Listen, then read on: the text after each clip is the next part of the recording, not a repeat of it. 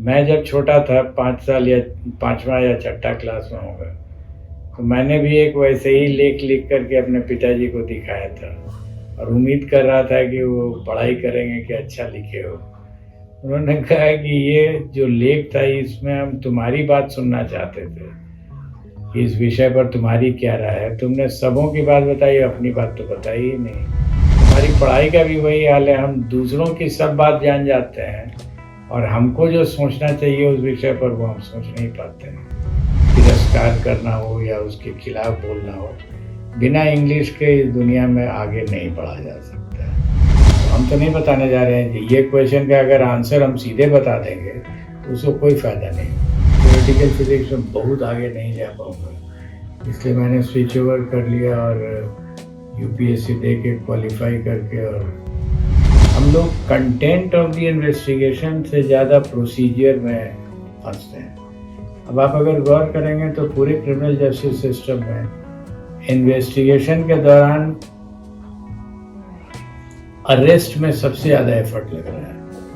अपराध हुआ नहीं कि अपराधी भागा। अपराधी को पकड़ने में अगर आपका 80% एनर्जी लग गया तो एविडेंस तो गया काम से। जब पकड़ा जाता है तो आप आइए जजेस के पास या मैजिस्ट्रेट्स के पास, उनका पूरा एनर्जी लग जाता है बेल दें या नहीं दें। तो अपराध और ट्रायल, तो अपराध का अनुसंधान और ट्रायल ये दोनों ही बैक बर्नर पर गया। बार बार एक क्वेश्चन हम करते हैं लोगों से कि न्यूटन का लॉ आपको तो कोई किसी ने बता दिया है, न्यूटन को किसने बताया न्यूटन का? मेरा बचपन उन्हीं लोगों के साथ बीता है, उनके साथ खाना भी खाया, उन्हीं की चौकी पर रह भी गया, उन्हीं के साथ बात भी हुई, उन्हीं के साथ खेला भी। बाहर के बच्चों को से कोई कांटेक्ट नहीं होता था, क्योंकि मैं भी बाहर नहीं जा पाता था उस कैंपस को छोड़ के। पढ़ने के बाद एक feeling of pride, content, settle हो गए, ये आती है। लेकिन एक ओवरवेल्म भी आदमी होता है कि बहुत बड़ी जवाबदेही भी आने वाली है। आप अपने बचपन के बारे में कुछ बताइए, बचपन कैसा बीता आपका? जो मेरी ज़िंदगी का पहला मेमोरी है, दैट इज़ एसपी चाईबासा, वो ज़िला अब झारखंड में है, उसके रेसिडेंस का, जहाँ मेरे पिताजी एसपी हुआ करते थे और मैं 3.5-4 साल का रहा हूँगा। एक बहुत बड़ा एसपी का बंगला और उसके चारों ओर काफ़ी प्रोटेक्शन, कॉन्स्टेबल्स जो बैरक्स एंड टेंट्स में रहते थे। तो मेरा बचपन उन्हीं लोगों के साथ बीता है। उनके साथ खाना भी खाया, उन्हीं की चौकी पर रह भी गया, उन्हीं के साथ बात भी हुई, उन्हीं के साथ खेला भी। तो बाहर के बच्चों को से कोई कांटेक्ट नहीं होता था, क्योंकि मैं भी बाहर नहीं जा पाता था उस कैंपस को छोड़ के, और ऑब्वियसली बाहर के भी लोग अंदर नहीं आ पाते थे। सर, स्कूल में कुछ वैसा इंसिडेंट? स्कूल में भी बहुत ज़्यादा इंटरेक्शन स्कूल टाइम के बाद नहीं हो पाया। जो भी इंटरेक्शन हुआ वो 9 बजे से स्कूल शुरू होता था और 3 बजे समाप्त हो जाता था। उस उतनी देर में तो पढ़ाई होती थी, 1-2 रिसेस में गेम्स थोड़ा होता था। लेकिन जो अच्छे लेवल पर गेम्स खेलना हुआ, फुटबॉल, हॉकी, क्रिकेट, उसके लिए समय मिलता था स्कूल के बाद। जो बच्चे रुकते थे स्कूल में वो खेल पाते थे। मैं नहीं रुक पाता था, इसलिए कि गाड़ी आती थी हमको ले जाने के लिए और स्कूल समाप्त होते ही घर जाना पड़ता था। तो एज सच स्कूल में भी बहुत ज़्यादा इंटरेक्शन नहीं हो पाया था। तो सर, ये तो वही हो गया कि स्कूल में भी आपको स्टडी पे ध्यान है, फिजिकल हेल्थ और physical activity were not active in that? कम था, काफ़ी कम था। सर, उसके बाद जब कॉलेज गया, जब अपनी लाइफ आई, तो उस समय तो दोस्त बने होंगे, घूमना फिरना, कॉलेज जाना आना? दोस्त थे, but almost all of them academics से रिलेटेड थे। पढ़ने लिखने, एक दूसरे से इंटरेक्शन करने में, वो भी विषय वस्तु पर ही बात होती थी। और गेम्स पे चर्चा बहुत कम। कॉलेज लाइफ कैसा रहा सर आपका? एकेडमिक से रिलेटेड था, पढ़ाई लिखाई से मतलब थी। लेबोरेटरी भी जाते थे। साइंस कॉलेज पटना की बात मैं कर रहा हूँ। अच्छा कॉलेज था, अच्छे प्रोफेसर्स थे, उनके साथ फिजिक्स मैथ्स में अच्छा इंटरेक्शन होता था, स्टैटिस्टिक्स में तो एंजॉय किया हमने। लेकिन वो एंटरटेनमेंट या जो भी उसका आप नाम दें, वो एकेडमिक्स में ही अधिक था। सर जिन लोगों के लिए फिजिक्स कठिन है तो उसको आसान बनाने के लिए किस वे में पढ़े, उसके लिए आप क्या कहेंगे? सिंपल है, ऑब्जर्वेशन अपने आप कीजिए और उसके जो नियम हैं उसको गहराई तक समझने की कोशिश कीजिए और प्रॉब्लम्स का सलूशन अपने आप ढूंढिए। वो किसी के बताने पर अगर प्रॉब्लम सॉल्व करेंगे, वो ज़्यादा देर तक टिकता नहीं है। अचानक से साइंस बैकग्राउंड से होते हुए फिर इस फील्ड में आना, आईपीएस बनना? वो मानिए तो नहीं है, इसलिए कि यूपीएससी में हर तरह का सब्जेक्ट है। वो तो तो है। मैंने लिया ही था फिजिक्स और स्टैटिस्टिक्स और क्वालिफाई कर गया। लेकिन तब एक बार अगर जब आ गया पुलिस में और वर्दी पहन ली, तो मैंने पूरी एनर्जी सोचने की, समझने की, वो क्षमता जितनी थी वो मैंने लगाई पुलिसिंग में ही। और वहाँ भी सोचने का काम होता है, ऐसा नहीं है कि पुलिस में सोचने का काम नहीं होता है, क्योंकि हर अपराध एक प्रॉब्लम है और उसका जैसे कोई फिजिक्स के या मैथ्स के प्रॉब्लम को सॉल्व किया जाता है, तो अपराध को भी सॉल्व करना होता है। तो घटनास्थल पर गए, लोगों से बातें की, घटनास्थल को समझा, देखा और तब साक्ष्य एकत्रित करने की कोशिश की। फिर पता लगाना पड़ता है कि इस अपराध को किया किसने है। It's a good mental game. तो सर फर्स्ट अटेम्प्ट में यूपीएससी क्रैक कर लेना है, it is tough. So first attempt में आप कैसे प्रिपेयर किए साइंस बैकग्राउंड से होते हुए कि आप साइंस पढ़े, फिर आर्ट्स को कवर करना सारा कुछ? आर्ट्स अधिक है था नहीं, इंग्लिश पढ़ना था, not as a literature but language के फॉर्म में। क्योंकि अंग्रेजी स्कूल में मैं पढ़ा था, इसलिए अंग्रेजी में समस्या नहीं आई थी।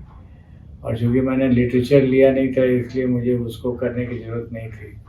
एसे लिखना था, कुछ कॉम्प्रिहेंशन पैसेजेस रहते थे, तो ऐसा कोई बिग डील नहीं हुआ कि मुश्किल पड़ा हो। सर जब आप अपना रिजल्ट देखे कि finally you got your name in the result list, तो उस समय आपको क्या लगा कि मैंने अचीव कर लिया? उस समय की फीलिंग क्या होती है? एक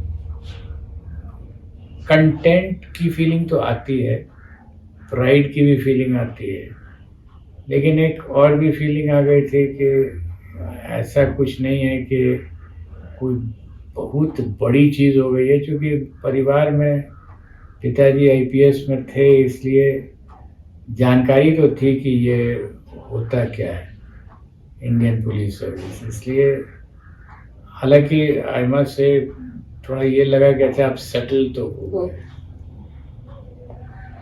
वही होता है सर, बच्चे बनना चाहते हैं शुरू से, आईपीएस आईएएस आईपीएस आईएएस बनने के बाद की फीलिंग, उसका मीन्स आप क्या बोलिएगा उन लोगों को कि आप बन जाइएगा तो फिर सेम लाइफ रहेगी, कुछ डिफरेंस आएंगे?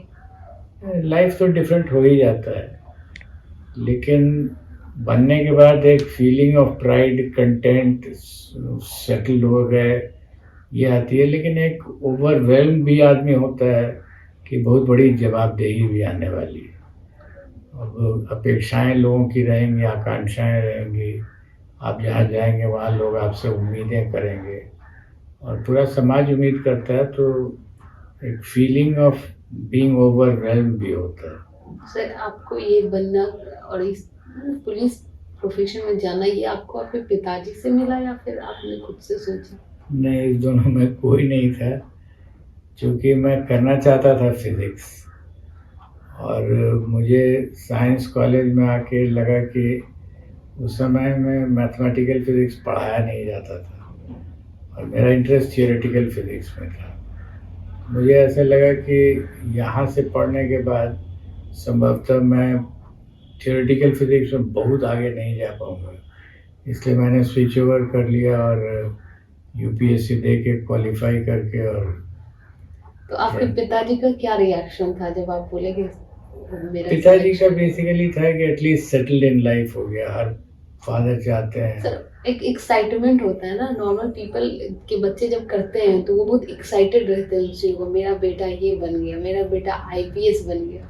आप इमेजिन कर सकते हैं कि आईपीएस अपने आप थे, वो डीआईजी थे उस समय, तो उनको ऐसा कोई एक्साइटमेंट तो नहीं हो सकता है कि वो भी आईपीएस तो हुई हो। इट वाज एक्सपेक्टेड कि मेरा बेटा आईपीएस बनेगा। एक्सपेक्टेड की बात नहीं होती है, एक अगर वो अपने आप नहीं रह रहते तो शायद बहुत ज़्यादा ओवरवेल्ड हो जाते, लेकिन वैसा था नहीं।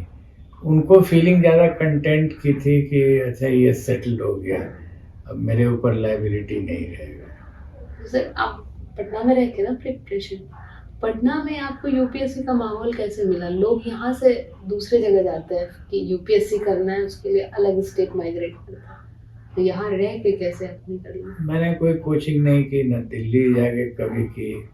इनफैक्ट अगर आप गौर करेंगे तो कई महीने मेरे फादर डीआईजी थे सहरसा में, जब मैंने कोचिंग पढ़ाई की थी यूपीएससी के लिए, बीएससी करते करते भी कर रहा था, तो कई महीने तो मैं सहरसा के डीआईजी के रेजिडेंस में रह के पढ़ा था अकेले। आप सोच सकती हैं सहरसा जैसी जगह में, तो पटना है, सहरसा जैसी जगह में भी मैंने तैयारी की। तो सर एजुकेशन सिस्टम को आप सही मानते हैं पढ़ने के लिए? एक यूपीएससी कर सकते हैं लोग यहाँ भी पढ़ के सिस्टम के अकॉर्डिंग? कर तो सकते ही हैं, किसी भी नेशनल लेवल एग्जाम को क्रैक करने का कुछ फॉर्मूला होता है। मेरा फॉर्मूला था कि प्रैक्टिस करो, टेस्ट दो, डिस्कस करो। तो ये अगर 3-4 लोग भी एक लेवल के आ जाएंगे एक साथ, तो वो टेस्ट एंड डिस्कशन कर सकते हैं आपस में। हर समय सिमुलेटेड कंडीशन में टेस्ट दीजिए और देखिए कि आप क्या गलती करते हैं, आप 3 घंटे को कैसे बिताए, कहाँ पर अटक जाते हैं, कहाँ थक जाते हैं। तो ये एनालाइज अपने आप में करना पड़ता है, और ये अगर आप प्रॉपरली कर लेंगे तो आप अपने डिफेक्ट्स को पॉइंट आउट कर सकते हैं, मॉनिटर कर सकते हैं और उसको रिड्रेस कर सकते हैं। सर आपके जो ग्रुप में होंगे 3-4 लोग, क्या सब लोग आईएएस आईपीएस कुछ ना कुछ बने? सारे लोगों में? ऑलमोस्ट सब लोग। तो सर फिर भी लोग यहाँ रहना नहीं चाहते, यहाँ से आप आईपीएस बने पटना, लेकिन यहाँ के यूथ अलग ही स्टेट जाना चाहेंगे, बिहार में स्टेबिलिटी नहीं चाहते, इसका क्या कारण है? एक फीलिंग हो गई है लोगों को, इस जगह में तो कोई खराबी नहीं है, गाइड अगर कोई अच्छा मिल जाए, हालांकि हम लोगों को तो कोई गाइड भी नहीं मिला था, अपने आप करते थे, अपने आप डिस्कस करते थे आपस में, और वहीं से सीखा हम लोगों ने। तो ऐसा नहीं है कि यहाँ से नहीं किया जा सकता। तो ये माइग्रेट होने का कारण कि दूसरी जगह जाने का कारण, रहने के लिए भी, नॉर्मल लाइफ जीने के लिए भी लोग यहाँ प्रेफर नहीं करते? पहले की अपेक्षा चेंजेस तो हुआ है कुछ, things are not as stable. बाहर में अच्छे फैकल्टी के लोग मिल जाते हैं, जो जानकार हैं वो मिल जाते हैं, और कंपटीशन भी अब थोड़ा ज़्यादा प्रोफेशनल हो गया है। इंडिया में इतने स्टेट्स है, तो आपको किस स्टेट की एजुकेशन सिस्टम सबसे ज़्यादा पसंद है? दिल्ली में नेशनल लेवल के स्टूडेंट्स हैं, नेशनल लेवल के टीचर्स हैं, वहाँ कंपटीशन का जो सिमुलेटेड कंडीशन है वो डेफिनेटली बेटर है compare to other places. Okay sir. Sir और बिहार के बारे में बताइए कि जो शिक्षा व्यवस्था है, या फिर शिक्षा व्यवस्था नहीं हुई क्या यहाँ, जैसे आप खुद एक गाइडर बन के यहाँ ये किया जाए तो बच्चे यहाँ से बहुत अच्छा कुछ कर सकते हैं?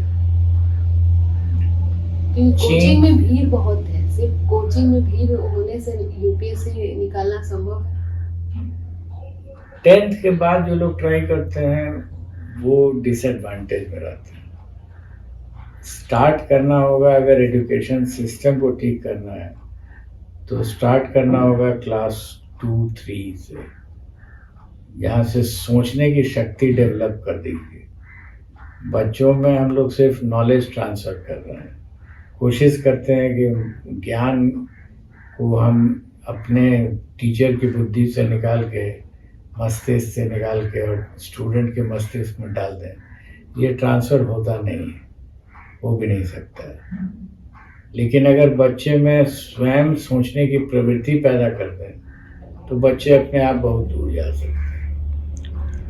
सर जब आप बन गए, फिर जब आपको एक जगह प्रोवाइड कर दिया, अलॉट हुआ, तो उस जगह में आप क्या देखे जो पहले से कुछ खराबी हो या अच्छाई हो? आप अपने पोस्टिंग के ड्यूरेशन में, फर्स्ट पोस्टिंग आपका सर कहाँ हुआ था? ट्रेनिंग मैंने की थी रांची में। 1 साल की ट्रेनिंग होती है, सिपाही से लेकर के और डीएसपी तक के साथ ट्रेनिंग होती है।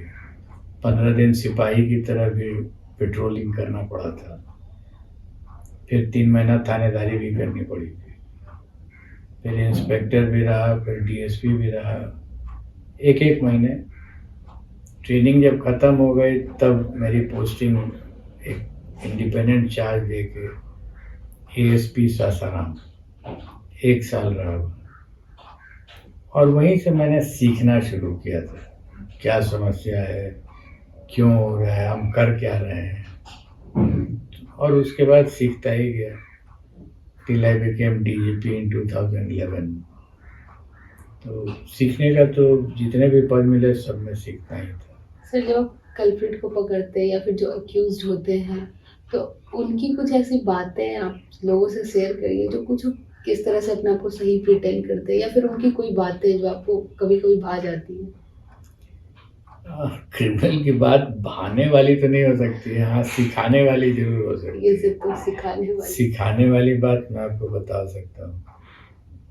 एक डिस्ट्रिक्ट है यहाँ बिहार में, नालंदा, वहाँ मिनी गन फैक्ट्री का वो जखीरा है। 1 साल में मैंने 22 केसेस मिनी गन फैक्ट्री के डिटेक्ट किए थे रेड करके। एक मिनी गन फैक्ट्री एक पर्टिकुलर एरिया में मिला, मैंने रेड किया था स्वयं, आदमी अरेस्ट भी हुआ, जेल भी गया। 2 महीने के बाद या 3 महीने के बाद पुनः सूचना मिली कि उस क्षेत्र में फिर एक मिनी गन फैक्ट्री चलने लगा है। तो मैंने फिर रेड किया और वही व्यक्ति पकड़ा गया। मैंने उससे पूछा कि तुम तो पहले भी गए थे 3 महीने पहले, क्या हुआ? तो 2 महीने में बेल मिल गया, ज़्यादा घाटा नहीं पड़ा। 2 महीने में मेरी कमाई बंद हो गई, बेल कराने में कुछ पैसा लगा, 3-4 महीना और फिर काम कर लेंगे तो घाटा जो हुआ था वो समाप्त हो जाएगा। ये मुझे सोचने के लिए विवश कर दिया कि हम ये क्या कर रहे हैं। पकड़े हैं, जेल भेज दिए, चार्जशीट कर देंगे, ट्रायल होगा, मे भी सज़ा भी हो जाएगी 2-3 साल की, लेकिन उसके पास इल्म ही है बंदूक बनाने का, तो वो बनाएगा ही बंदूक और हम उसको रोक नहीं पाएंगे। तो फिर हम क्या कर रहे हैं, ये कौन सी चीज़ कर रहे हैं, इसको सोचने के लिए विवश किया था। और सर जब किसी को पकड़ते हैं तो, या फिर कोई क्रिमिनल हो या एक्यूज्ड हो जो भी, उसको पकड़ने के बाद ऐसा अफसोस होता है कि इसको क्यों पकड़े? नहीं, अफसोस तो नहीं होता है, क्योंकि मेरा काम ही है कि कोई अपराध हो रहा है तो अपराधी को पकड़ा जाए।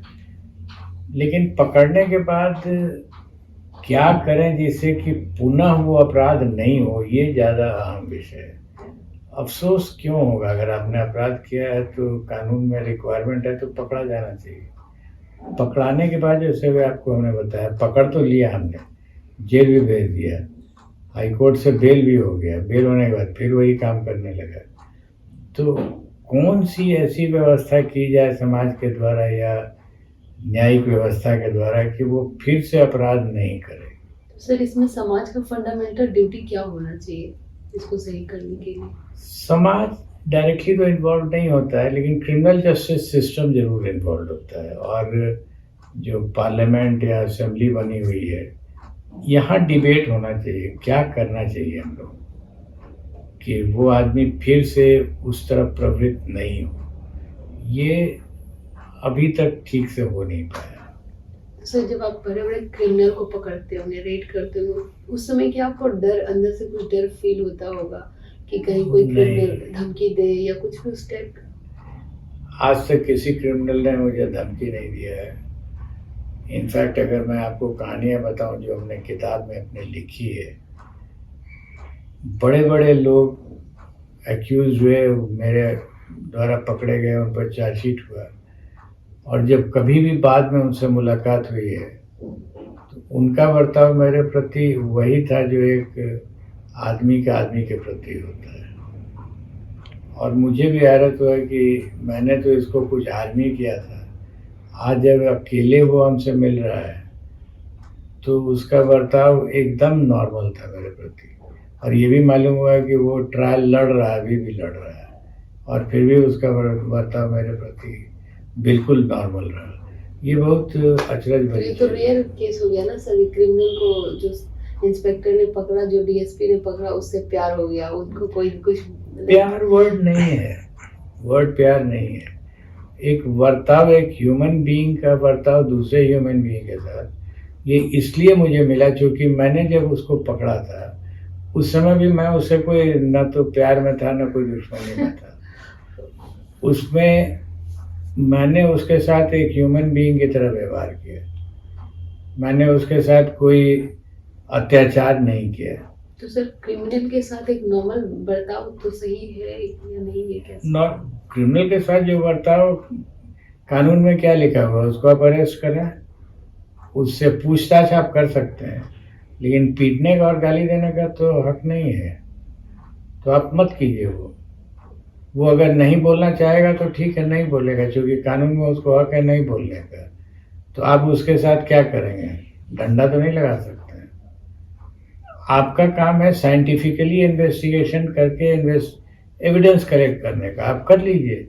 अगर आपकी औकात है, समझ में आपको है, अकल है, उतना तो कर लीजिए, और नहीं अकल है तो फिर गुंडागर्दी मत कीजिए उसके साथ। और जब आप ऐसा करेंगे तो जिस समय उसको मौका मिलेगा वो भी आपके साथ वैसे ही बर्ताव करेगा जैसा बर्ताव आपने उसके साथ किया। सर अगर आपको चांस मिलता है क्रिमिनल प्रोसीजर कोड में कुछ चेंजेस लाने का, सीआरपीसी में कौन सा चेंजेस, कौन सा पीनल कोड आप हटाएंगे या कुछ नया ऐड करेंगे? प्रोसीजर ऑफ ट्रायल को मेरी समझ से छोटा करना पड़ेगा। हम लोग कंटेंट ऑफ द इन्वेस्टिगेशन से ज़्यादा प्रोसीजर में फंसते हैं। अब आप अगर गौर करेंगे तो पूरे क्रिमिनल जस्टिस सिस्टम में इन्वेस्टिगेशन के दौरान अरेस्ट में सबसे ज़्यादा एफर्ट लग रहा है। अपराध हुआ नहीं कि अपराधी भागा, अब आप एविडेंस कलेक्ट करें कि अपराधी को पकड़ें। अपराधी को पकड़ने में अगर आपका 80% एनर्जी लग गया तो एविडेंस तो गया काम से। जब पकड़ा जाता है तो आप आइए जजेस के पास या मैजिस्ट्रेट्स के पास, उनका पूरा एनर्जी लग जाता है बेल दें या नहीं दें। तो अपराध और ट्रायल, तो अपराध का अनुसंधान और ट्रायल, ये दोनों ही बैक बर्नर पर गया। और कहाँ एनर्जी लगा? पुलिस का अरेस्ट करने में और मजिस्ट्रेट साहब का बेल देने में, जिसका कोई इम्पोर्टेंस ही नहीं है। तो इस पे पार्लियामेंट को डिबेट करना होगा कि ये इतना एनर्जी क्रिमिनल जस्टिस सिस्टम का अरेस्ट एंड बेल में जो लग रहा है, इसको घटा करके investigation for evidence, scientific evidence and wonderful trial, इस पे अगर हमारा एम्फेसिस होगा तो क्राइम पर असर पड़ेगा। सर जैसा कि आपके पिताजी भी डीआईजी रह चुके हैं और आप भी, आप किनके टेन्योर को ज़्यादा अच्छा मानते हैं? दोनों पीरियड, जब वो डीजी थे दैट वाज द पीरियड 85-86, मैं जब डीजी था तो वो 2011-2014 था। बहुत बड़ा गैप है दोनों के बीच में, और परिस्थितियाँ बिल्कुल भिन्न थी। हम जिस समय डीजी थे उस समय परिस्थिति और 85-86 कोई तुलना ही नहीं थी। तो दोनों मेथडोलॉजीज को कंपेयर भी नहीं किया जा सकता। सर आपको पब्लिक से आपको ज़्यादा प्यार मिला या फिर आप जब पब्लिक में जाते होंगे तो लोग कहते होंगे ना उनके बेटे हैं ये, वो मेरे यहाँ सर्व किए, बहुत अच्छा किए, अब पिताजी के बारे में सुनने को मिलता होगा। हाँ, हालांकि वो बहुत पुरानी बात हो गई, इसलिए जो नया जनरेशन है, जो बहुत बूढ़े लोग हैं वो बताते हैं, लेकिन जो नया जनरेशन है उनको तो उनके बारे में जानकारी नहीं होगी। आज से 10-15 साल के बाद जो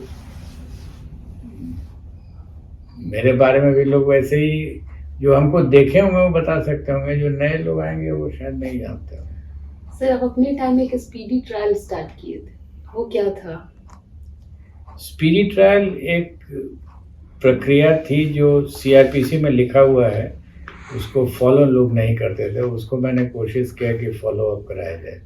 आइडिया ये था कि सर्टेन ऑफेंसेस जो बहुत फास्ट डिटेक्ट हो गए उनको इमीडिएटली इन्वेस्टिगेट करा करके, इमीडिएटली मतलब 2-3 दिन के अंदर में डायरी वायरी लिखवा करके चार्जशीट फाइल करके रिक्वेस्ट किया जाए कि इसका डे टू डे ट्रायल कर दें। In fact day to day trial का प्रावधान ही है, सेशंस कोर्ट कहलाता है, हिंदी में दौरा बोलते हैं उसको। तो ये दौरा जब होगा, दौरा सुपुर्द होगा ट्रायल का, तो वो प्रतिदिन होगा। गवाह आपका रेडी रहना चाहिए, आप प्रतिदिन गवाह लेकर के आइए और प्रतिदिन ट्रायल होता रहेगा।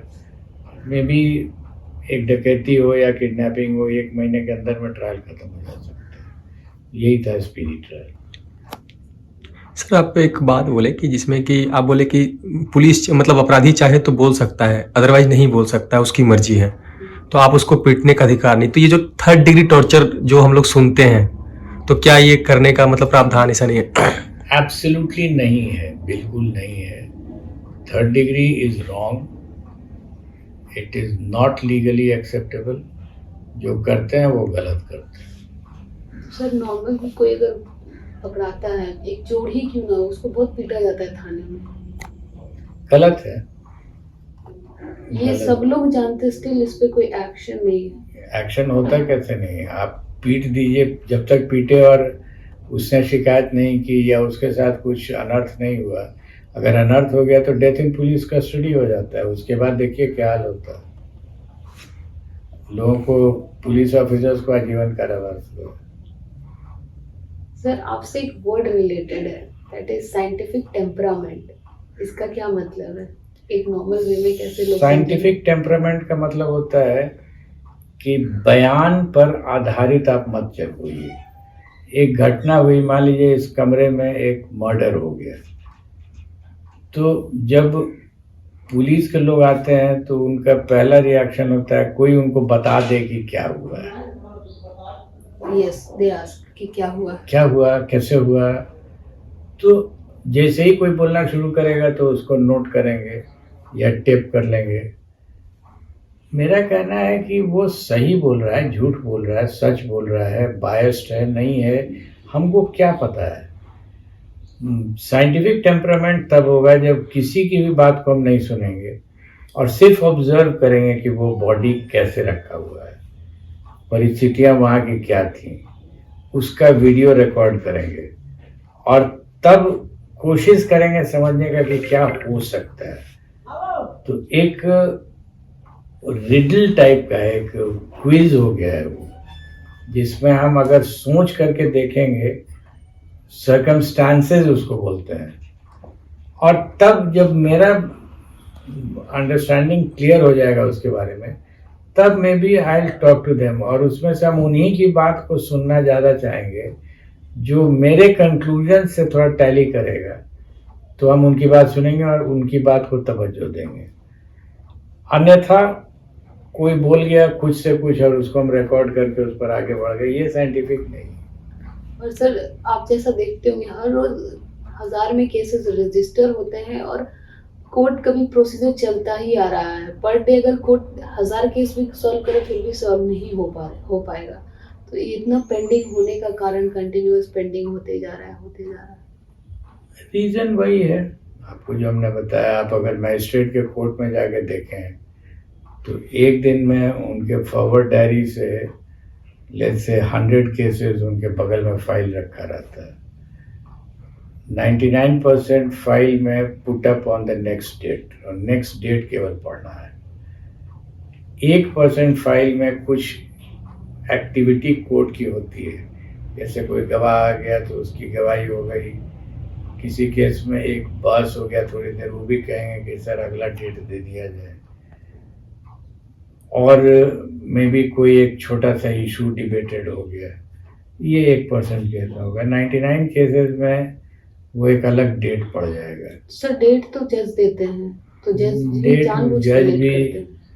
जज भी नहीं देते हैं, आप अगर प्रैक्टिकली देखिएगा तो पेशकारी दे देते हैं। अच्छा, वो फॉरवर्ड डायरी अपनी उनकी होती है, उसको देख करके डेट एक पड़ जाता है। इसके कारण आम जो लोग हैं जिनको इन सब की जानकारी नहीं, उन लोग को बहुत सफर करना पड़ता है। सही कोर्ट बात। का ट्रायल हो या फिर पुलिस का ट्रायल हो, अगर नॉर्मल किसी एक को पुलिस पकड़ के ले जाती है तो उसके लिए लोग परेशान हो जाते हैं, कैसे छुड़ाएं। और मतलब थाने में पीट रहे हैं, मारपीट कर रहे हैं, पैसा डिमांड कर रहे हैं, इतना दो तब छोड़ेंगे, ये सब होता है। प्रॉब्लम तो है, आप जो बोल रही हैं वो व्यवहारिक है और प्रॉब्लम है। और आपके क्वेश्चंस के शुरू में ही मैंने कहा था कि the parliament will have to debate, the assembly will have to debate. हमारा पूरा एनर्जी अरेस्ट एंड बेल में जा रहा है। जो कंटेंट ऑफ द ट्रायल है, कंटेंट ऑफ इन्वेस्टिगेशन है, वो नहीं हो पा रहा है, उस पर कोई खास एनर्जी नहीं लग रहा है। सर जब आप पावर में थे, जब आप थे यहाँ के प्रभारी, तो उस समय आप इस पे कुछ एक्शन लिए होंगे या कुछ जिसको आप request दिए स्पीडी होंगे? ट्रायल कर रहे हैं वो वही था। Okay, speed trial. तो सर पुलिस सिस्टम की भी तो कहीं ना कहीं गलती होती होगी ना। सिर्फ पार्लियामेंट लॉ बना देगा, बहुत सारे लॉ है जो वो लोग खुद फॉलो नहीं करते, जैसे पीटने वाला, एज यू हैव सेड कि पीटना अलाउड नहीं है। पीटना अलाउड नहीं है, बिल्कुल नहीं है, पार्लियामेंट भी नहीं थर्ड कर डिग्री सकती। दिया जाता है। हाँ, 3rd डिग्री दिया जाता है, तो 3rd डिग्री के अगेंस्ट में कार्रवाई भी होती है। ये दूसरी बात है कि कार्रवाई उतना नहीं हो पा रही है जितना होना चाहिए। ये तभी ज़्यादा कार्रवाई होती है जब डेथ इन पुलिस कस्टडी हो जाता है, तब ज़्यादा कार्रवाई होने लगती है। हाँ, और ये 3rd डिग्री मेरा अपना कन्विक्शन है कि तभी समाप्त होगा जबकि जो टॉप मैन है वो अपने एग्जाम्पल से लीड करेगा कि हम नहीं होने देंगे। अगर वही क्लियर कर देगा अपने सबऑर्डिनेट्स के बीच में कि ये नहीं होगा, चाहे जो हो जाएगा हम इसको नहीं होने देंगे, बहुत हद तक रुक जाएगा। तो इसमें कंट्रोल ज्यादा किसका रहता है, थाना इंचार्ज का, इंस्पेक्टर का, या फिर जिसका कंट्रोल डीजीपी। पुलिस डिपार्टमेंट की एक्टिविटी, जितनी भी गंदी एक्टिविटी है, उसका कंट्रोल डीजीपी के पास, और वो लीड करता है बाय एग्जाम्पल। अगर वो फिक्स कर देगा नथिंग डूइंग, नहीं होने देंगे हम।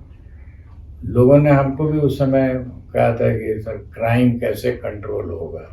हमने कहा आपसे हम पूछने तो नहीं जा रहे हैं कि कितना क्राइम हुआ है, हाँ ये जरूर पूछेंगे कि जब हुआ तो आपने इन्वेस्टिगेशन क्या किया है।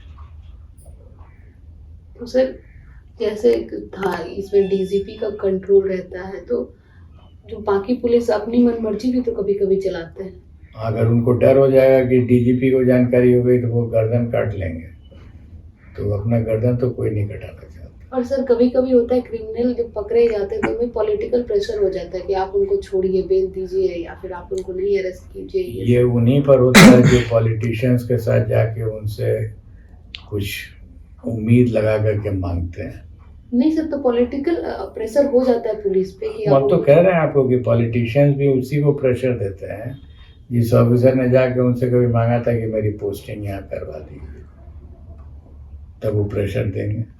तो सर अगर प्रेशर दे रहे हैं तो कहीं ना कहीं उनको अगर सोशल रिफॉर्मर के रूप में रखा गया है तो वो इनडायरेक्टली उसको, ह्यूमन बीइंग है, अगर उनको लगता है कि इस आदमी ने हमसे कुछ मांगा है तो हम भी इनको कुछ कह दे सकते हैं। टॉप मैन, जैसे डिस्ट्रिक्ट के एसपी टॉप मैन है, वो अगर अपनी भाषा में गाली गलौज उनके साथ नहीं करेगा तो वो भी पब्लिक के साथ नहीं करेगा। मतलब ये जो सीनियर होते हैं, सीनियर से वो एकदम नीचे तक आता है वो लोग गाली। सर तो आपके टाइम में भी कुछ ऑफिसर ऐसा करते थे सर? उनको मालूम था कि अगर मेरे नॉलेज में आ गया तो उनका गर्दन कटने वाला है। सर कभी ऐसा आया है जो आप किसी को रेस्ट्रिकेट किए हो, हटा दिए, सस्पेंड किए हो, या कुछ भी उस टाइप का? हमारे ही बॉडीगार्ड जो हमारे साथ गाड़ी में चल रहे हैं, वो अगर कोई गाड़ी के सामने आ गया, अगर उसने गाली दे दी तो उनकी खिंचाई गाड़ी के अंदर ही हो जाती थी। उनको भी मालूम था कि मुंह से हमको गाली नहीं निकालना, चूंकि हम भी उनके साथ नहीं निकलते, लेकिन आदत पड़ी हुई है, बोल गए तो गाड़ी के अंदर ही पीछे से उनको डांट पड़ती थी वहीं पर। अगर आप बहुत अलर्ट हैं और you want to push your case through, अगर वीडियो आप करा सकें तो कर लें, और एविडेंस के साथ आइए, कंप्लेन कर सकते हैं, केस कर सकते हैं, आप उनके सीनियर ऑफिसर्स को बोल सकते हैं। सीनियर ऑफिसर ही इसमें जो है सुप्रीम ज़्यादा वही है, अगर सीनियर ऑफिसर अपने बिहेवियर को ठीक कर लेता है ना, तो नीचे तक असर चला जाता है। सर आपके जो जूनियर्स थे, they loved you, they respect you, या फिर वो आपसे डरते थे या आपकी रिस्पेक्ट करते थे? आई डोंट नो, तो आप उन्हीं से पूछिए कि क्या करते थे वो, लेकिन आई डेंट केयर कि वो रेस्पेक्ट करें या लव करें। They should respect the law that they are bound to, and they should love themselves. हमको लव करके क्या करेंगे या रेस्पेक्ट करके क्या करेंगे? मैं इंटरेस्टेड भी नहीं था कि कोई प्यार करे या रेस्पेक्ट करे। तो sir it is natural feeling, natural thing कि वो जहाँ वो आप उनसे वर्क आप कर रहे हैं तो वहाँ पे एक मेंटेन करना पड़ता है सोशल बैलेंस। डीजीपी की हैसियत से तो I always thought that I was a loner. मैं अकेला हूँ, कोई दूसरा डीजीपी नहीं है। डीजी रैंक में जो लोग हैं वो भी थोड़ा अलग ही रहते थे, तो मेरी दोस्ती किसी से नहीं थी। सर आप अपने बारे में कोई वैसा र्यूमर सुने हो जो लोग बात करते हो, आपको लगा मैं तो ऐसा हूँ नहीं, ऐसा र्यूमर कैसे आ गया? लाइक बहुत खड़ूस है, ऐसे हाँ, करते हैं इस हाँ। टाइप से। खड़ूस तो था, सुनते थे, और हालांकि उसकी चिंता भी कभी नहीं होती थी, लेकिन आम आदमी को भी एक लगने लगता था। लेकिन बहुत से लोग डायरेक्टली आकर के बात करते थे, उनका प्रॉब्लम भी सॉल्व हो जाता था, लेकिन उसके बावजूद भी एक इम्प्रेशन क्रिएट, नहीं जाना ठीक नहीं है, बहुत बिगड़ते हैं। अच्छा सर, आपकी एक बुक आई है अनबाउंडेड, तो उस बुक में आपने कौन कौन से मोमेंट को कैद किया है? बहुत सारे हैं, करीब 125 एपिसोड्स हैं, छोटे छोटे, right from ASP days to DGP days. तो एपिसोड्स बहुत ज़्यादा हैं। पुलिसिंग किस तरह की होनी चाहिए, इस पे भी चर्चा है। सर एक बार आपने स्टार्ट किया super 30, but right now Anand sir is very famous regarding this की super 30 fame, one movie come on him also. उसके बारे में आप क्या कहिएगा? ये आपका मास्टरपीस था या फिर ये उन्हीं का मास्टरपीस था? इस पर भी मैंने एक चैप्टर लिखा है इस बुक में, द इंटररेग्नम कॉल्ड सुपर 30। तो मैं राय दूंगा कि उस पे जो सच है वो सब लिखा हुआ है। जिस मूवी की आप बात कर रहे हैं उस मूवी में आई डोंट फिगर एनीवेयर। हालांकि इस बुक में जो हमने चैप्टर्स लिखा है, उस चैप्टर में फर्स्ट ही पैराग्राफ में I mentioned about him also, क्योंकि वो एक यथार्थ था तो मेंशन हमने किया है कि यथार्थ उसके बाद और बहुत बड़ा हो गया। बट सुपर 30 मेरे लाइफ का एक पार्ट था। मेरी लाइफ में बहुत सारे पार्ट्स हैं। सर ये आपका मीन्स आपने इसे बनाया या आपका ये आइडिया था कि सुपर 30 बनाया जाए, या फिर आनंद सर का? जिनका आप नाम ले रही हैं वो वर्ष 1992-93 से पढ़ा रहे थे। हमसे उनका संपर्क 1999 के आसपास हुआ है, और सुपर 30 स्टार्ट उसके जस्ट बाद हुआ। तो आप अपने आप निष्कर्ष निकाल लीजिए कि अगर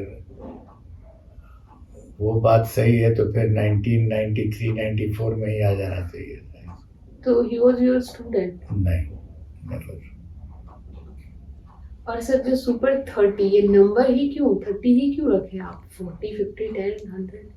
30 एक ऑप्टिमम नंबर है जिसमें एक दूसरे की मदद करने के लिए प्रोबेबिलिटी ऑफ फाइंडिंग समवन जो फिजिक्स केमिस्ट्री मैथ्स में कोई टॉपिक जानता होगा, बहुत ज़्यादा रखने से रिडंडेंसी हो जाता है। रिडंडेंसी की ज़रूरत हमको नहीं थी, एक ऑप्टिमम नंबर जिससे कम भी नहीं और ज़्यादा भी नहीं। दूसरों के बारे में तो हम नहीं जानते, हम अपने बारे में जानते हैं। I am almost 70 now. I still have a lot of things to give to society. Society बहुत देता है IPS ऑफिसर को, जैसे हमको भी बहुत कुछ मिला।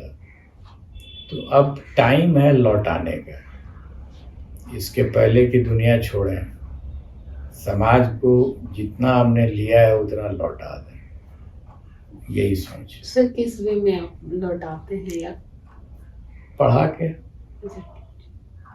गरीब बच्चों को पढ़ाया भी। जैसे मैं गया हुआ था धनबाद 3 दिन पहले, IIT धनबाद में एक टॉक के लिए बुलाया था उन्होंने।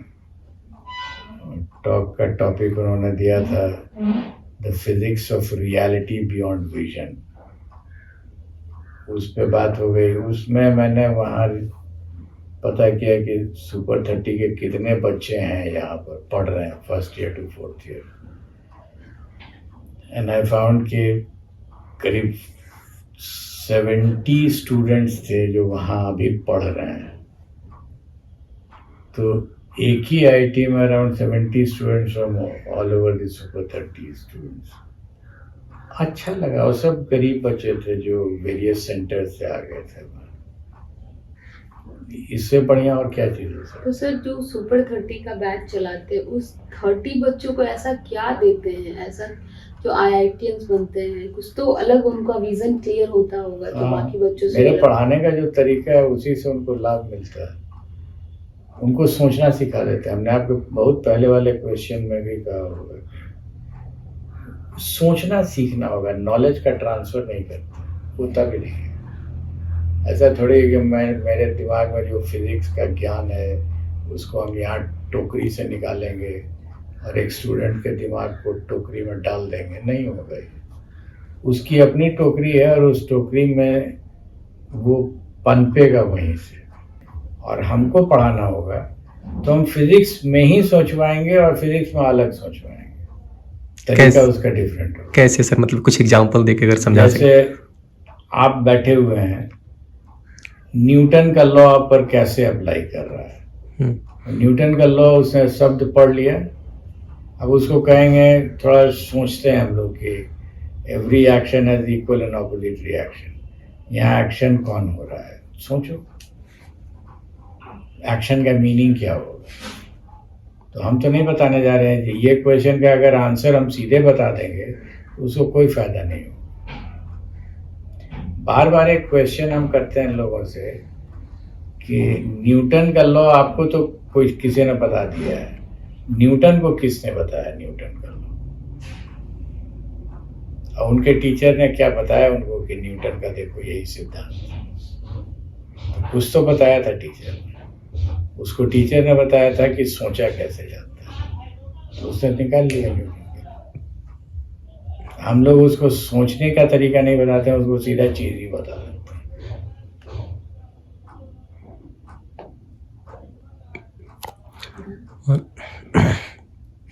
Yes, sir. एक लास्ट क्वेश्चन। एक नॉर्मल पीपल एट 70 और एन IPS एट 70, क्या डिफरेंस है दोनों में सर? बायोलॉजिकली तो दोनों एक ही हैं, लेकिन सोच में डिफरेंस हो सकता है। अगर वो अच्छा ऑफिसर होगा, संवेदनशील रहा होगा अपनी नौकरी के दौरान, तो वो निश्चित रूप से प्रयास करेगा कि कुछ दें, क्योंकि उसके पास देने के लिए बहुत कुछ रहता है। साधारण आदमी हो सकता है इस लाइन पर नहीं सोचे, संवेदनशील होना चाहिए। कैसे, मतलब थोड़े से कम समय? 344 पन्ने की किताब है। Rupa publication one of the top publishers of the country हैं, उन्होंने पब्लिश की है। अमेज़ॉन पर उपलब्ध है। इसका सब टाइटल है my experiments with law, physics, police and super 30। इसमें आप पाएंगे, इस पे चर्चा परिचर्चा एकेडमिक फील्ड में बहुत ज़्यादा हो गई है। हालांकि मैंने मेजॉरिटी एपिसोड्स पुलिसिंग की है, पुलिस एंड सुपर 30 की। तो एक इंटरेस्ट मैंने देखा है, जो यूपीएससी एस्पिरेंट्स हैं, एथिक्स एंड मॉरल्स करके उनको भी एक पेपर मिल गया है आजकल, जिसमें सिचुएशन दिए रहते हैं और आप बताएं क्या करेंगे उसमें। कई एस्पिरेंट्स ने हमको खबर किया है कि जितने एपिसोड्स हैं उसको पढ़ करके और उनको फ़ायदा हुआ है समझने में कि हमको क्या करना चाहिए उस मॉरल्स एंड एथिक्स वाले पेपर में। उनको लग रहा है कि इससे हमको समझने में फ़ायदा हुआ है कि कैसे हमको अप्रोच करना चाहिए प्रॉब्लम। मतलब यूपीएससी के एस्पिरेंट के लिए बहुत ही ज़्यादा कारगर होगा। उनके लिए भी इसमें काफ़ी मटेरियल है, क्योंकि उनको समझ में नहीं आता था कि यूपीएससी चाहती क्या है। और ये बुक पे आप देखिएगा, forensic law, economics of crime, ये 3 बहुत इम्पॉर्टेंट सेगमेंट हैं इस बुक के, जो यूज़फुल है समझने के लिए।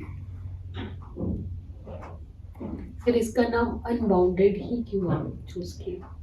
इसलिए कि मैंने पाया लाइफ में कि आप चाहे जिस फील्ड में हो, आपकी एक लक्ष्मण रेखा होती है। आप जर्नलिज्म में हैं, वहाँ भी एक लक्ष्मण रेखा है।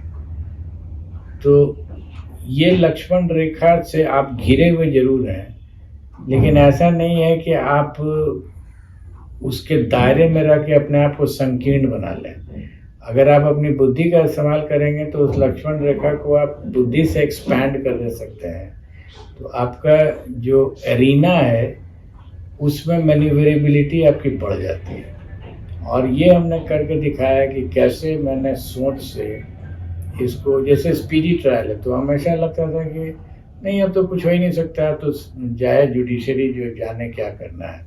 बट हमने उसको फैलाने की कोशिश की, लॉ को इंटरप्रेट करा करके और फैलाया, तो उससे हमको फ़ायदा मिला।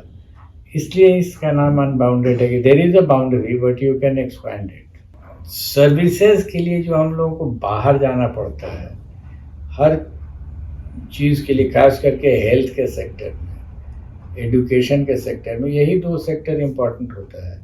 इस दोनों में अभी भी जो पलायन है, फिर जॉब सीकिंग के चक्कर में जो पलायन है वो होता ही जा रहा है, वो रुक नहीं रहा है। तो समवेयर ये बहुत विचारणीय विषय है। पढ़ना है बाहर जाइए, हेल्थ का प्रॉब्लम है बाहर जाइए, छोटे मजदूर को भी जॉब चाहिए तो बाहर जाइए, कुछ तो प्रॉब्लम है। सर अच्छा क्या हुआ इन 75 सालों में? कुछ सड़क बन गया है। जैसे हमको हार्ट का ऑपरेशन कराना हो तो नहीं होगा, पटना में नहीं होगा। और जबकि आप दिल्ली में जाइए तो हमारे पास डेटा तो नहीं है, लेकिन हमको लगता है कि 1000 ऑपरेशन हार्ट का पर डे हो रहा होगा, तो यहाँ एक भी नहीं हो रहा है। तो सब कोई जो बीमार है और गरीब है वो कहाँ जाएगा? तो क्या बोले अपने आप को। और हार्ट अब सुनने में लगता है बड़ी चीज़ है, लेकिन एक्चुअली अब go to Calcutta, go to Madras, तो हर जगह हो रहा है ऑपरेशन। तो हमें क्या कमी रह गई है कि हमारे यहाँ नहीं होता है? और इनकरेज नहीं किया जा रहा है। गवर्नमेंट अगर तत्पर हो जाए कि नहीं इसको हमको कर ही लेना है। आपने एम्स बनाया, एम्स का बिल्डिंग बन गया, लेकिन कोई भी नेशनल रिप्यूट का डॉक्टर आने को तैयार नहीं है यहाँ। सब आपके जितने भी नेशनल लेवल के जो डॉक्टर्स हैं वो आपके एम्स में नहीं आना चाहते हैं। उसका रीज़न क्या है? चूँकि उनको लगता है कि कोई शहर ही नहीं है, कहाँ जाके रहें। उनके बच्चों का एजुकेशन कहाँ होगा।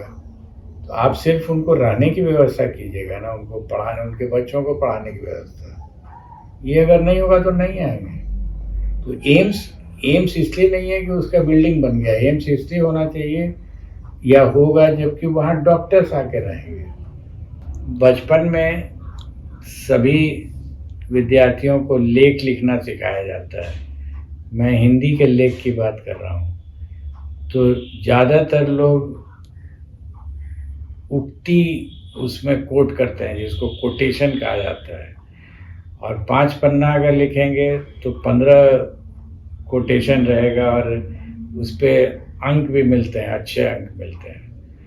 मैं जब छोटा था, 5 साल या 5वां या 6ठा क्लास में होगा, तो मैंने भी एक वैसे ही लेख लिख करके अपने पिताजी को दिखाया था और उम्मीद कर रहा था कि वो पढ़ाई करेंगे कि अच्छा लिखे हो। उन्होंने कहा कि ये जो लेख था इसमें हम तुम्हारी बात सुनना चाहते थे, इस विषय पर तुम्हारी क्या राय है, तुमने सबों की बात बताई, अपनी बात तो बताई ही नहीं। तब मुझे समझ में आया कि हम क्या गलती कर रहे हैं। हमारी पढ़ाई का भी वही हाल है, हम दूसरों की सब बात जान जाते हैं और हमको जो सोचना चाहिए उस विषय पर वो हम सोच नहीं पाते हैं। ये छोटी सी चीज़ है जिससे समझ में आ जाती है बात कि हमको पढ़ाई के दौरान उस स्टूडेंट की, उस विद्यार्थी की सोच विकसित करना आवश्यक है, बजाय इसके कि उसको सार्वभौमिक ज्ञान ट्रांसफ़र कर देना। और सर बिहार बोर्ड में क्या इंग्लिश को मैंडेटरी करना चाहिए? इंग्लिश आवश्यक है, आप माने या नहीं माने, जितना भी आपको उसको तिरस्कार करना हो या उसके खिलाफ बोलना हो, बिना इंग्लिश के इस दुनिया में आगे नहीं बढ़ा जा सकता है। पूरी दुनिया उसको पढ़ कर के आगे बढ़ रही है। यहाँ तक कि चीन जैसे या जापान जैसे देश में भी जब लोग स्टूडेंट्स निकलते हैं यूएसए जाने के लिए, तो पूरी की पूरी डिक्शनरी अंग्रेजी की रट जाते हैं। हालांकि जब उनकी पढ़ाई होती है तो वो चाइनीज़ और जापानीज़ में ही पढ़ते हैं, लेकिन जब वहाँ जाते हैं यूएस पढ़ने के लिए तो अंग्रेजी पूरा रट के ही पहुँचते हैं। तो इससे बेहतर है कि हम लोग भी पढ़ाएं बचपन से ही, और हिंदी का ज्ञान भी होना चाहिए, लेकिन अंग्रेजी आवश्यक है। कि एक आईपीएस की भी लाइफ वैसे ही होती है जैसे हमारी, बस अंतर है ये है कि उनके पास एक विज़न आ जाता है कि हमें कैसे बदलाव लाना है। तो अब बहुत कठिन नहीं है कोई भी चीज़, कहने सुनने में तो बहुत ही आसान लगा कि कर सकते हैं, तो बस सोचने की क्षमता विकसित करनी होगी।